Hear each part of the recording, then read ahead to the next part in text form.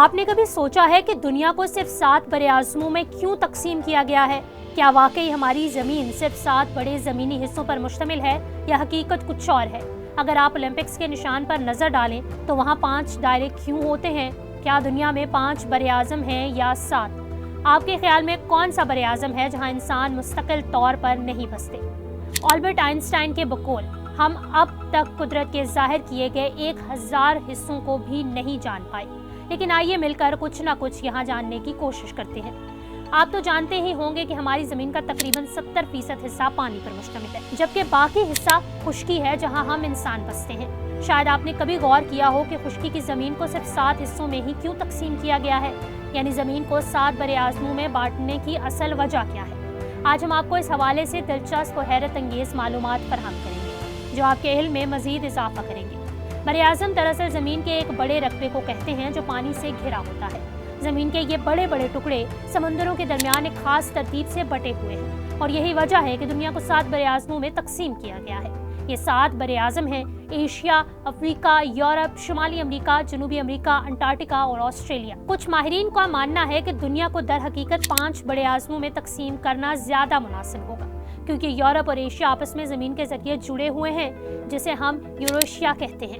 اسی طرح شمالی اور جنوبی امریکہ بھی ایک دوسرے سے جڑے ہوئے ہیں، جس کی وجہ سے بعض ماہرین انہیں ایک ہی بڑے اعظم تصور کرتے ہیں۔ اس نظریے کے مطابق دنیا کے 5 بڑے اعظم یوں بنتے ہیں: افریقہ، یوریشیا، امریکہ، انٹارکٹیکا اور آسٹریلیا۔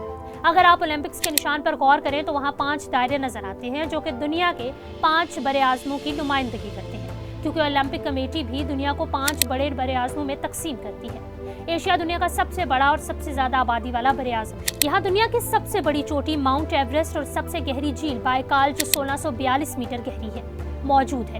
یہ بڑے اعظم نہ صرف جغرافیائی لحاظ سے وسیع اور ترین ہے، بلکہ یہاں دنیا کی سب سے زیادہ آبادی بھی پائی جاتی ہے، جو تقریباً 4.7 ارب افراد پر مشتمل ہے۔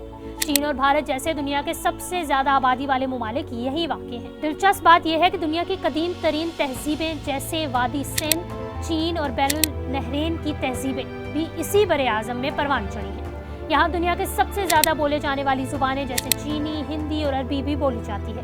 افریقی قدرتی وسائل، حیاتیاتی تنوع اور ثقافتی ورثے کے لحاظ سے ایک منفرد بڑے اعظم ہے۔ یہ وہ واحد بڑے اعظم ہے جہاں انسانی زندگی کے اولین آثار ملے ہیں، یعنی ماہرین کے مطابق انسان کی ابتدا افریقہ سے ہوئی۔ یہاں دنیا کا سب سے بڑا صحرا صحارا موجود ہے، جو تقریباً 9.2 ملین مربع کلومیٹر پر پھیلا ہوا ہے، اور دنیا کا سب سے لمبا دریا نیل بھی یہی پایا جاتا ہے۔ افریقہ میں سب سے زیادہ جنگلی حیات پائے جاتے ہیں، جن میں شیر، ہاتھی، زرافہ، چیتے اور دریائی گھوڑے شامل ہیں۔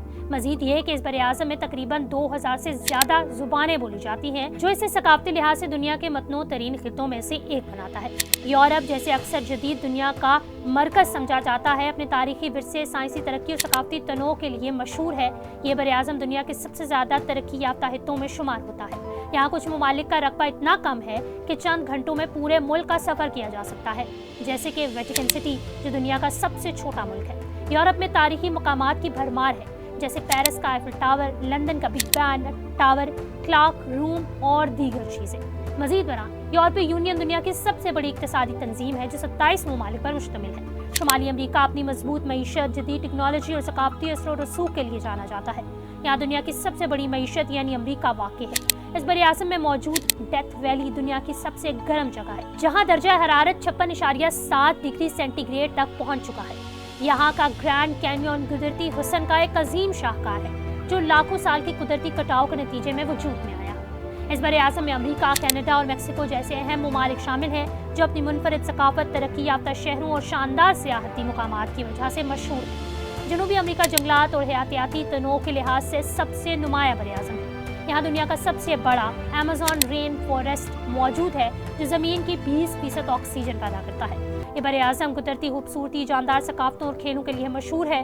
برازیل، ارجنٹائن اور پیرو جیسے ممالک اپنی فٹ بال ٹیموں، کارنیول فیسٹیولز اور رنگین روایت کے باعث دنیا بھر میں شہرت رکھتے ہیں۔ یہاں اینڈیز پہاڑی سلسلہ بھی موجود ہے، جو دنیا کا سب سے طویل پہاڑی سلسلہ ہے۔ انٹارکٹیکا دنیا کا سب سے سرد اور ویران بڑے اعظم ہے۔ یہاں مستقل انسانی آبادی نہیں ہے، تاہم مختلف ممالک کے سائنسی تحقیق اسٹیشنز موجود ہیں۔ یہ بڑے اعظم دنیا کا سب سے زیادہ ہوادار اور خشک ترین خطہ ہے،